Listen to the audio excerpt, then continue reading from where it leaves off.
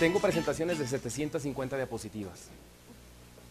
Más de 450 son de artículos de investigación científica del tema. Entonces podemos hacerlo tan amplio o tan sencillo como lo podamos hacer, pero lo que sobra es información y para mí va a ser, pues no complicado explicarla, pero a veces poderla sintetizar a lo que cada quien quizá le puede interesar. Voy a empezar ahorita con lo que mencionó ahorita Harold Moreno porque pues aquí se basa. O sea, es que esa es la conclusión cuando revisas toda la información. Voy a decir algunos temas específicos para dar una pequeña introducción después para empezar a englobar esto. La mitocondria es un organelo dentro de la célula, productor de energía principalmente. Cuando nosotros estudiamos medicina o cualquier ámbito de la salud, pues estamos enfocados a que pues, la mitocondria genera ATP a través del círculo de Krebs y nunca nos lo aprendimos. Y hasta ahí quedó, ¿cierto? Pero bueno, en las últimas investigaciones de fisiología, y con los médicos que estamos trabajando, con los que estamos trayendo esta información, son los médicos que están reescribiendo la medicina, son los médicos que hacen la fisiología. Voy a dar algunos datos ahorita en particular. Las mitocondrias del corazón, el corazón es el órgano que más mitocondrias tiene por célula. Para que tengamos una idea, tiene 2500 mitocondrias dentro de una célula del corazón. O sea, cuando pensamos en mitocondrias nos acordamos del clásico esquema, de cuando tenemos 8, 12, 15 años, la célula y 2 o 3 mitocondrias, que eran los frijolitos que poníamos, ¿se acuerdan? Pero una célula cardíaca en su interior tiene 2500 mitocondrias. Lo interesante de esto es que las mitocondrias del corazón, su vida media ronda entre 10 días. Quiere decir que se mueren cada 10 días. Las mitocondrias tienen su propio DNA, es circular. El DNA nuclear de la célula es helicoidal como lo conocemos. Pero el DNA de la mitocondria es circular y si yo comparo las piezas de ese círculo del DNA con respecto al DNA helicoidal, en cantidades como si fueran 25 piezas y que acá fueran 25,000 piezas. Y si pongo como si fuera un rompecabezas, si le falta una pieza, ¿en dónde se nota más? ¿En 25,000 piezas del rompecabezas o en 25? Perfecto. Por eso está teniendo mucho más auge las mutaciones genéticas mitocondriales. Porque no es que, voy a poner ejemplo, no es que te den una trisomía, no es que te den un síndrome raro, no, lo que pasa es que genera alteraciones metabólicas. ¿Vamos bien? Me pueden hacer preguntas en el momento que quieran, ¿eh? Acá vamos a tener muchas horas o mucho tiempo, si no varios días. Lo interesante es que yo cuando entendí esto, imagínense 2500 mitocondrias por célula cardíaca y que se mueren cada 10 días. Y se replica su DNA cada 10 días. Se replica o bien o mejor o se replica mal con mayores errores. Otro dato interesante es que, por ejemplo, donde se genera más consumo de oxígeno para generar energía, a través, pues, ejemplificada por el ATP, son las células del sistema nervioso central. Voy a dar un dato clínico, me voy ahorita al final. Las causas de las amputaciones de los pies diabéticos, sabemos que es por mala circulación. Pero las informaciones nuevas es que la mala circulación se deriva por la neuropatía, no por la hemoglobina glucosilada. La neuropatía, que a fin de cuentas lo que se disfunciona es la oxidación mitocondrial. Sabemos que la oxidación es normal, es parte de nuestro proceso bioquímico y molecular. O sea, nos oxidamos y por eso vivimos. Pero cuando nos oxidamos en exceso, hay un estrés oxidativo, pero la definición de estrés oxidativo no es que me oxide mucho y tomo antioxidantes. La nueva definición de estrés oxidativo se define como exceso de radicales libres y debilitamiento de tus sistemas protectores. O sea, tiene que haber ese binomio. Cuando ya se determinó ese binomio, de nada sirve que tengas muchos radicales libres y que des antioxidantes para utilizarlos, pero si no estás optimizando tus sistemas enzimáticos, ejemplo, superóxido dismutasa 1 y 2, glutatión peroxidasa, catalasa u otros sistemas enzimáticos. Y entonces, cuando yo entiendo que no es importante que no nos oxidemos, sino que tengamos el balance adecuado. Un balance redox, un balance homeostático, una homeostasis de redox. Entonces ya no es como antioxidantes y oxidantes, sino ya es qué tipo de productos o qué tipo de nutrientes o qué tipo de nutrientes generan una modulación genética para que se expresen bien los sistemas enzimáticos. No sé si vamos bien. Oftalmólogo, resulta que el ojo es el órgano que más fabrica superóxido dismutasa. Y si tú pones superóxido dismutasa y neuropatía diabética, cientos de artículos. Todos los problemas derivados de la neuropatía, digo, más bien no, la retinopatía diabética tiene que ver porque el sistema superóxido dismutasa está debilitado. Casi no tiene nada mucho que ver que tanto te oxidas, sino más bien que tu sistema está debilitado, porque consecutivamente te oxidaste en exceso. Y entonces, si yo pongo ahorita cualquier enfermedad, si yo pongo en Google diabetes y mitocondrias, si pongo lupus y mitocondrias, si pongo artritis y mitocondrias, si pongo esteatosis hepática y mitocondrias, todo se relaciona. ¿Por qué? Me voy para este lado. Ustedes se acuerdan que estamos ahorita hablando un poco de fisiología. La fisiología, si funciona bien, que depende de que haya un balance de pH, un balance de nutrientes, de salida de nutrientes, del metabolismo, de la combustión, o sea, mientras todo lo que entra se metaboliza y sale bien, nada se atora. O sea, hay una fisiología. Cuando hay deficiencia de oxígeno o de su metabolismo, entonces genera una fisiopatología, ¿cierto? Y entonces la fisiología es lo normal, ya lo sabemos, y luego si falta algo, no digo de qué específicamente, sino falta algo de algo, entonces se genera una fisiopatología. Y si esa fisiopatología es constante, lo englobamos en alguna enfermedad. ¿Vamos bien? Y los médicos nos acordamos casi no mucho de esto, sino de qué enfermedad y qué nuevo tratamiento. ¿Cierto? Yo siempre le llamo como si fuera la punta del iceberg. Ah, mira, un estudio de obesidad multicéntrico demuestra que baja tal medicamento, tal cosa. Y te lo demuestran con números. Sí, pero no te lo demuestran qué pasa abajo de todo el iceberg, porque es después donde vienen las complicaciones de los medicamentos. Y si yo tengo un iceberg, y si yo trato la base del iceberg y la empiezo a destruir, ¿qué va a pasar con la punta? Pues más bien baja la expresión, o sea, sigue el iceberg, pero no sale, sino se baja menos. ¿Y qué pasa cuando una persona, en el caso por ejemplo como Salvador Bandín, que es diabético, y el pico de iceberg es muy alto, y cuando empezamos a tratar desde origen sus complicaciones, pues la punta del iceberg empieza a estar más bajo. Y no es que se le quita la diabetes, sino que se quita lo evidente en la sangre. Pues estamos actuando desde la fisiopatología, mejorando su fisiología. Voy a dar un dato interesante porque no hay estudios de doble ciego multicéntricos en fisiología. Porque luego cuando explico cierto tipo de productos, me piden estudios doble ciego multicéntricos, pero estos productos tenemos estudios de la fisiología. ¿Vamos bien? Que sí tenemos unos pequeños estudios clínicos y en Europa y en Japón sí los tenemos, pero no es el clásico estudio de 2.500 pacientes. Dato interesante que yo a lo mejor, bueno, no lo sabía, pero se los quiero también comentar. ¿De qué se genera el ATP en la mitocondria? ¿Cuál es su principal sustrato? ¿Se acuerdan? Eso es lo que entendíamos. Bueno, eso es lo que sabemos. Resulta que yo me acabo de dar cuenta hace un año, cuando fui con los congresos, me dieron la nueva información que ya, no es que ya no sea cierto, sino que la principal fuente de generación de ATP son los ácidos grasos. ¿Qué porcentaje? En un 80% de los ATP se generan de ácidos grasos. Siempre nos quedamos con la idea de que el del azúcar, porque genera mucho más ATPs por cada molécula de azúcar, pero eso es genera más ATPs por azúcar. Pero la mayoría del ATP se genera por grasa, por el metabolismo de grasas. Un dato que a mí me generó así como que shock. Si le ponemos el tema que son 85% de los ATPs que se generan, viene del metabolismo de grasa. También generan oxidación. Pero resulta que en un diabético,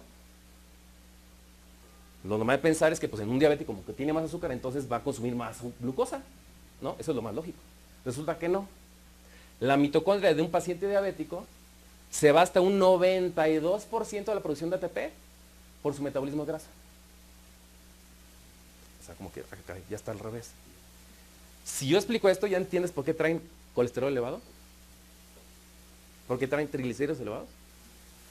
Porque es el principal sustrato de los ATPs. ¿Por qué? Porque es más estable la grasa en su metabolismo que las curvas de azúcar. Es como si yo estuviera prendiendo y apagando el switch de aquí, prendiendo y apagando. Y si mejor lo regulo más alto, más bajito, ¿qué va a durar más? ¿Cuánto tiempo va a durar más el foco? ¿Con el prendido apagado o con el para arriba o para abajo? Exactamente. Entonces el cuerpo se empieza a adaptar, compensando y protegiéndose. En el caso en particular de la diabetes, tú te haces diabético para seguir vivo. Si no te hicieras resistente a la insulina y como consecuencia el azúcar subiría la glucosa en la sangre, entonces te da un coma diabético. Otro dato interesante hablando de o más bien de patología. Si en enero no era diabético, o sea, tengo mis exámenes, 110 de azúcar o 105 de glucosa, y si ahorita, que estamos en abril, me salen 126, que son los criterios, ya soy diabético, pero en enero no lo era. Ese es el criterio de la punta del iceberg. Pero si me voy a el centro del iceberg o la base, hoy salió la punta del iceberg porque tengo 20 años atrás mal metabolizando la glucosa por el ciclo de Krebs. 20 años. Pero el enfoque médico y de los pacientes es, doctor, ya soy diabético y deme el mejor medicamento. ¿No? ¿No sería mejor darte la mejor prevención desde 15, 20 o 30 años atrás? Acaba de salir un artículo que ahorita lo estaba buscando porque cada vez sale mucha información nueva. Hay un estudio que acaba de salir hace como 6 meses, en el cual se demostró que los tóxicos mitocondriales, porque este es un metabolismo, y si no se cumple bien, pues quedan tóxicos mitocondriales o aberraciones del metabolismo. Resulta que esos tóxicos mitocondriales, fue un estudio de más de 10 años de investigación, un recuento, estos tóxicos mitocondriales, cuando no se cumple bien su metabolismo, o hay una disfunción mitocondrial, atraviesan la barrera hematoencefálica, y por supuesto la barrera placentaria, con respecto a lo que preguntaban por allá. Y es un estudio de 10 años, y si imagínate que la mamá tiene sus mitocondrias, yo siempre le llamamos como si fuera la bujía del carro.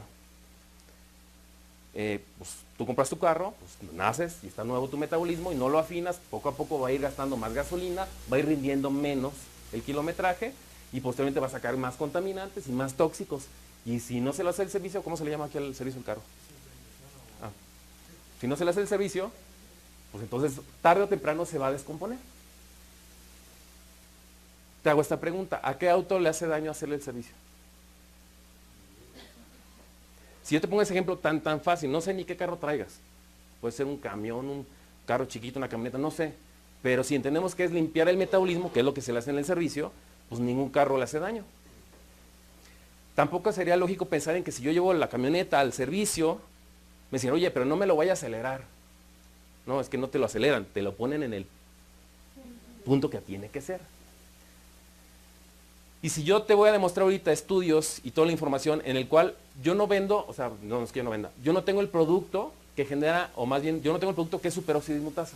No te voy a platicar eso.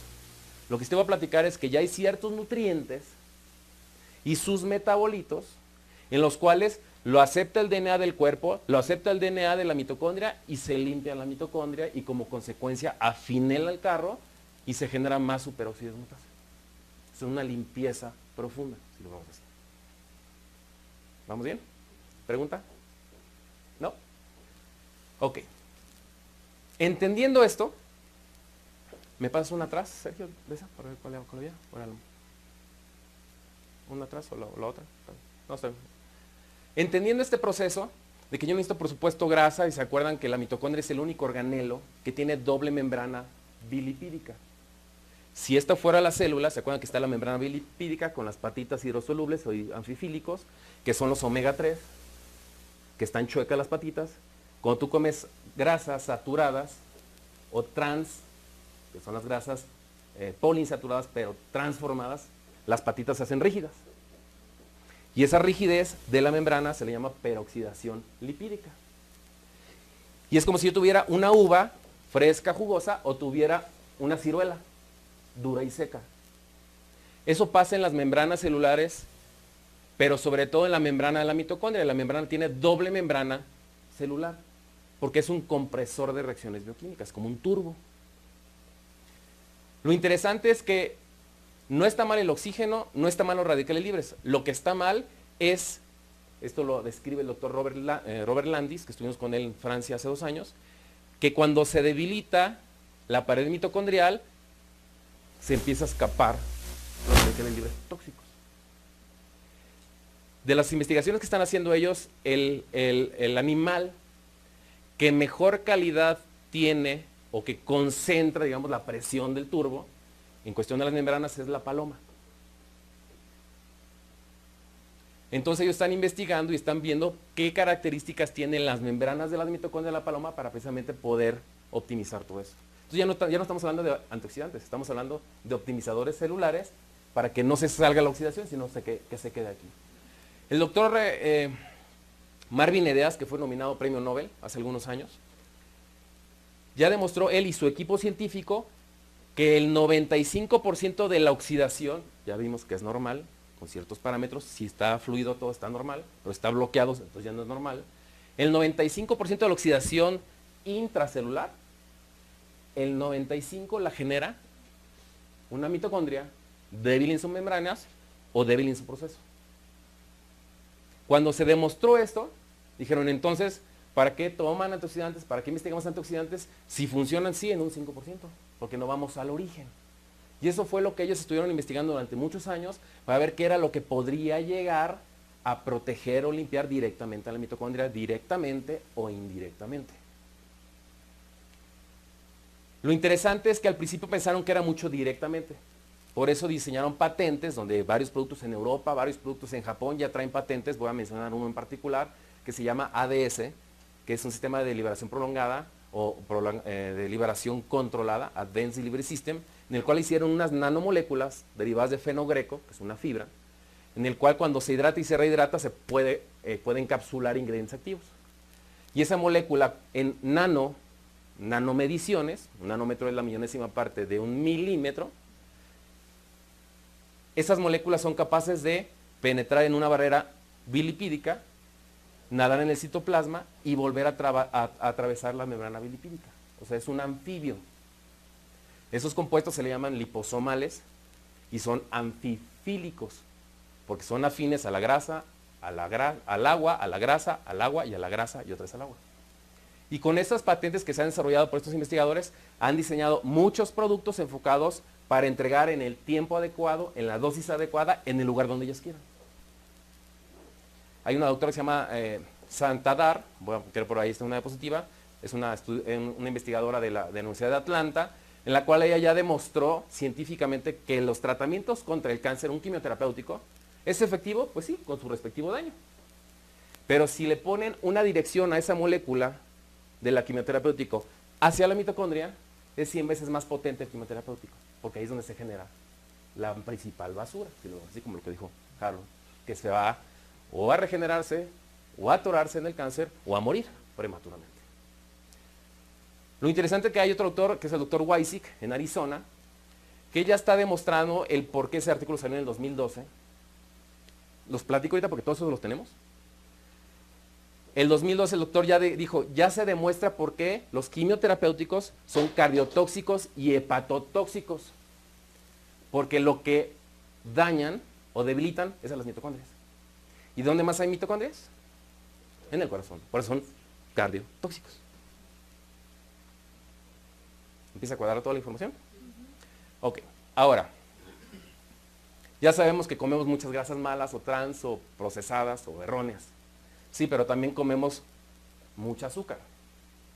Esta información que estoy haciendo ahorita como que un resumen en general, resulta que lo que ya se demostró a través de esos investigadores y su comité científico, explico, el ISAN, ahorita van a ver algunas diapositivas, ISNAH, ISAN, es un grupo de investigadores a nivel mundial que consta de 40 países y más de 400 investigadores, en los cuales estudian en cada región del mundo quién está estudiando lo que ellos quieren saber.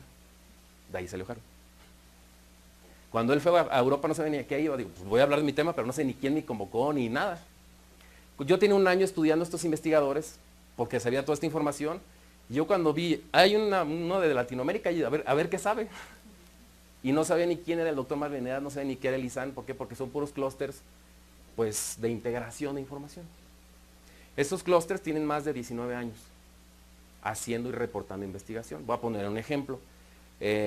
Supongamos que ahora se quiere hacer el tema de infertilidad o problemas de fertilidad con respecto a todo el proceso de la mitocondria, no nomás antioxidación, sino todo su proceso metabólico. Entonces lanzan una convocatoria a nivel mundial a ver quién está estudiando eso. Y una vez que mandan toda la convocatoria, los estudios dicen, tú sí.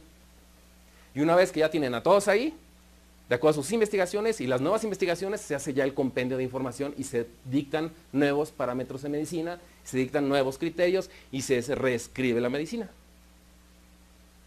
Esa información, ¿cuándo va a llegar a los libros de un médico de especialidad?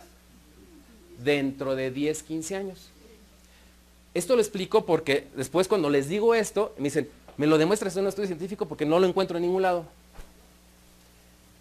O lo empiezas a entender así como armando el rompecabezas, o te esperas 15 años a que salga en tu libro. El superóxido dismutasa es el principal sistema antioxidante del líquido del cuerpo. El glutatión peroxidasa, ¿de acuerdo? De la grasa. Entonces, a lo mejor entendiendo esta información con lo que me pides, porque el ojo tiene mucha agua y hay que proteger todo el órgano. Por ejemplo, el glutatión peroxidasa es muy fuerte, muy potente en el hígado y en el intestino. Y el hígado es grasita, o sea, es tejido. ¿Sale? Entonces, cuando ellos demuestran mejorías clínicas, ¿me ayuda, Sergio? Cuando ellos demuestran mejorías clínicas del superóxido dismutasa y de glutatión peroxidasa, ¿qué te está diciendo? Que se está mejorando la grasa de las células y el agua de las células. Esta introducción que te acabo de hacer fue más de fisiología, fisiopatología y razonamiento, no estamos hablando casi nada de clínico. Esta introducción que te acabo de hacer fue más de fisiología, fisiopatología y razonamiento, no estamos hablando casi nada de clínico.